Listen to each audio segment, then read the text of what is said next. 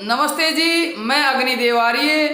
आज हम बातचीत करेंगे कि एक गुरुजी ने अपने शिष्य के ब्रह्मचर्य की कैसे परीक्षा ली और वो कैसे सफल हुआ कि नहीं हुआ, इस पर हम विचार रखेंगे।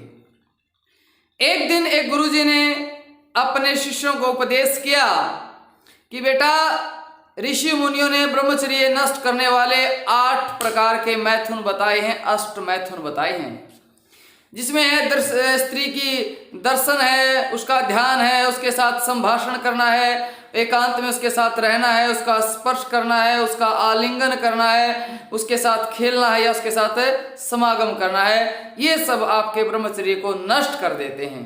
इस पर पीछे मैं वीडियो बना भी चुका हूं खोल करके। तो सब शिष्यों को गुरुजी उपदेश कर रहे थे, पर कुछ शिष्य होते हैं जो अपने आप को कुछ ज्यादा ही गुरुजी से भी बुद्धिमान मानते हैं। उन्होंने कहा कि गुरुजी, आपकी बात मुझे ठीक नहीं लगी। गुरुजी ने कहा, भाई क्यों नहीं लगी? बोले जी, आपने कहा कि 8 मैथुनों से ब्रह्मचर्य नष्ट हो जाता है। क्या स्त्री के दर्शन करने से नष्ट हो जाएगा, या उसके साथ बातचीत करने से नष्ट हो जाएगा, या किसी का वैसे ध्यान आ जाए तो उससे नष्ट हो जाएगा, या एकांत से नष्ट हो जाएगा? ये कैसे हो जाएगा? चलो समागम से हो जाए, वो मान भी लेते हैं, लेकिन इन चीजों से कैसे हो सकता है?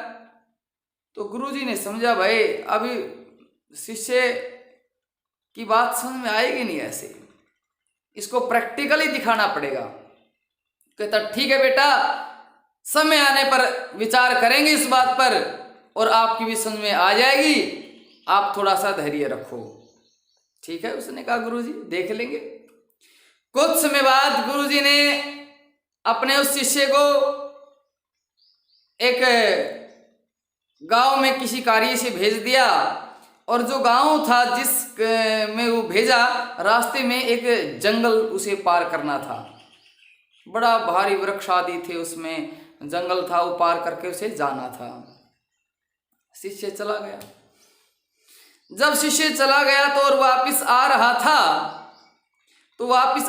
था तो बड़ी बरसात आ गई और साथ में बड़ा आंधी तूफान चलने लगे। तो शिष्य सोचा, भाई अब तो जंगल में फंस गया है, लेकिन उसे अचानक एक स्थान दिखाई देता है, एक रहने की कुटिया से उसे दिखाई देती है, और उसे बड़ा अच्छा लगता है। अब तो कुछ उसकी आशाओं की किरणें जगती हैं कि अब मैं इस बरसात आदि से, तूफान आदि से बच जाऊंगा, और वो उस कुटिया की तरफ चल पड़ता है। कुटिया में खाली था, सब चीजें कोई ठीक व्यवस्थाएं थी, कुटिया में वो अपना स्थान कर लेता है।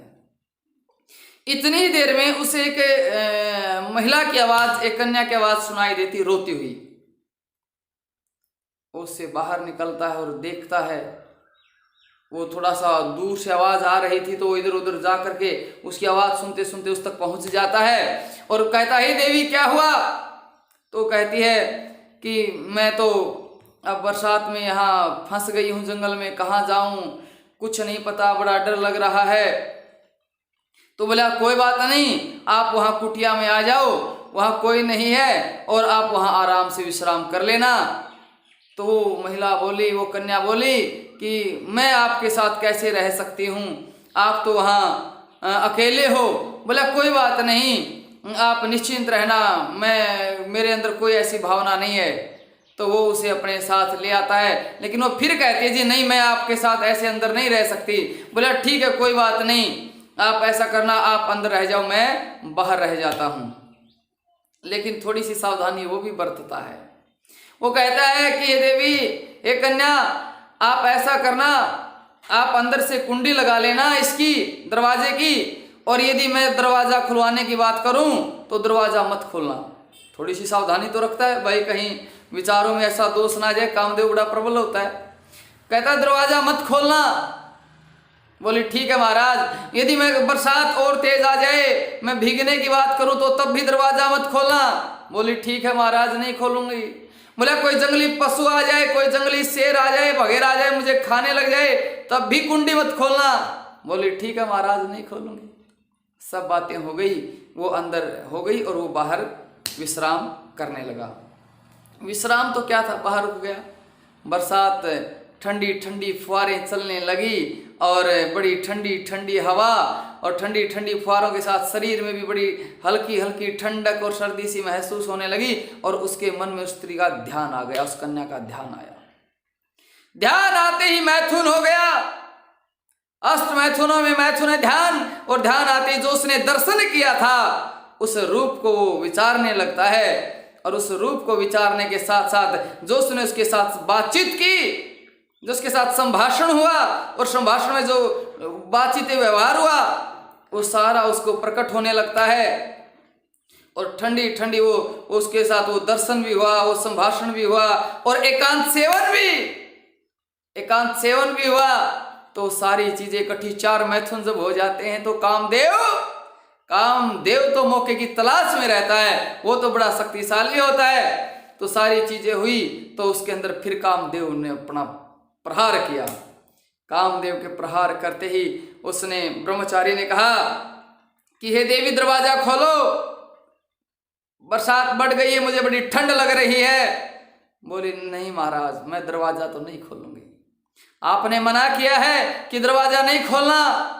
वो दरवाजा नहीं खोलती, लेकिन फिर वो दर्शन करके वो उसके अंदर वो ध्यान करता है, और वो चीजें बढ़ती जाती हैं और फिर कहता है कि हे देवी, मैं बिल्कुल शरीर मेरा कंपन होने लगे, मैं शरीर में मेरा सर्दी बढ़ गई है, मैं बीमार पड़ जाऊंगा, आप दरवाजा खोल दो।